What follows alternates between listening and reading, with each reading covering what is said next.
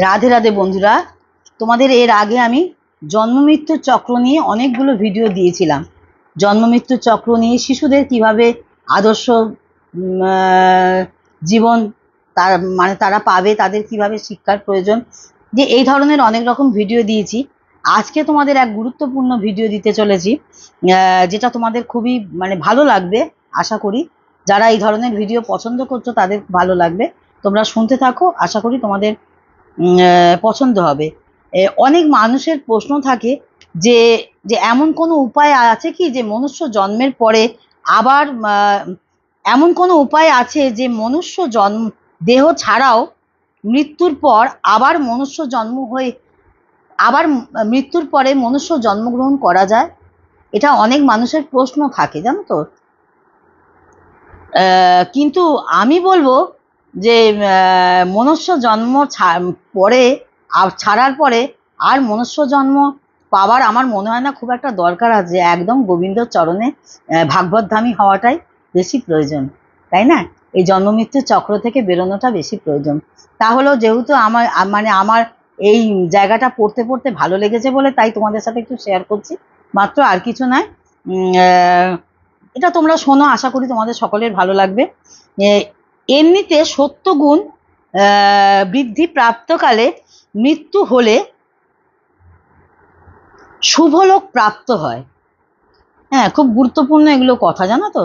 রজগুণ বৃদ্ধি প্রাপ্তকালে মৃত্যু হলে মনুষ্যকুলে জন্ম হয়।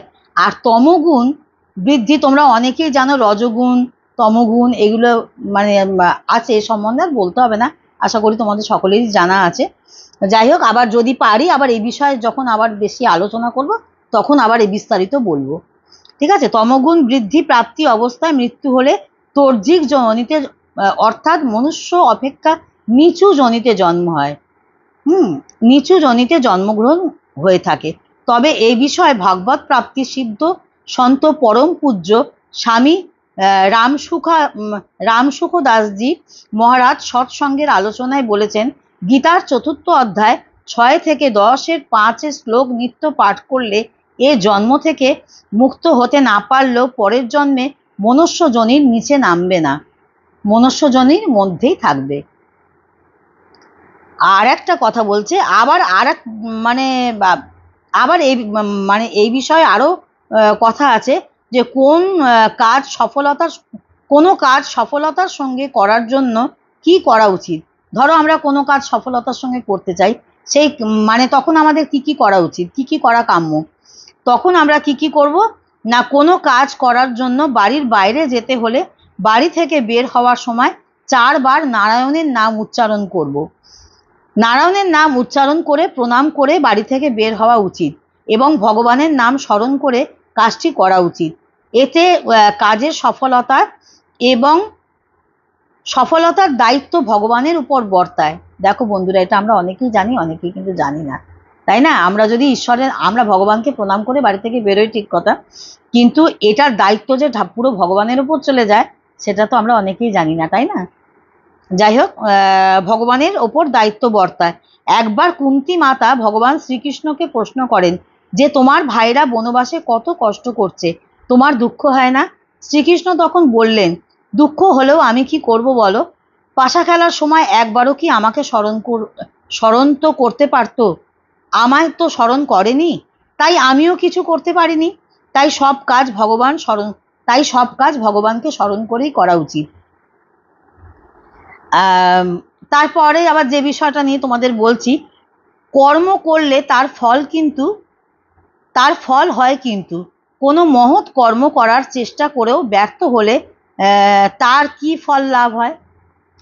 ফল হয়? কোনো কর্ম করতে চাইলে সেই কর্মটা করে তুমি যদি ব্যর্থ হও তখন কি হয়? এরকম তো আমাদের জীবনে অনেক কিছুই ঘটে, তাই না?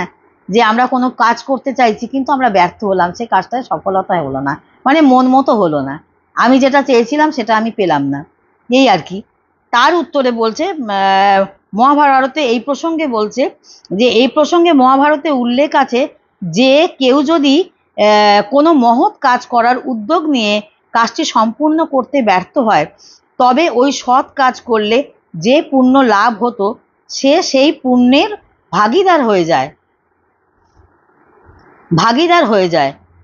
তাই একজন মানুষের তাই কিভাবে চলা উচিত, একজন সাধারণ মানুষ আমরা কিভাবে চলবো, তাই আমাদের কিভাবে চলা উচিত সে বিষয়ে একটু আলোচনা করেছে। আমি তোমাদের সংক্ষেপেই বলছি। মানুষের জীবনে সবচেয়ে মূল্যবান হচ্ছে সময়। ভীষণ দামি জিনিস, জানো তো। সময়ের হাতে আমাদের সব কিছুই ছেড়ে দিতে হয়। সময় আমাদের সব কিছু পরিবর্তন করে, সময় আমাদের সঠিক রাস্তায় নিয়ে যায়, সময় আমাদের সব কিছুই বদলে দিতে পারে। একমাত্র জীবনে যদি কিছু বদলানোর ক্ষমতা থাকে সেটা হচ্ছে একমাত্র সময়, আর কিন্তু কিছুই না, জানো তো। এটা একদম চরম সত্য। আচ্ছা, যাই হোক,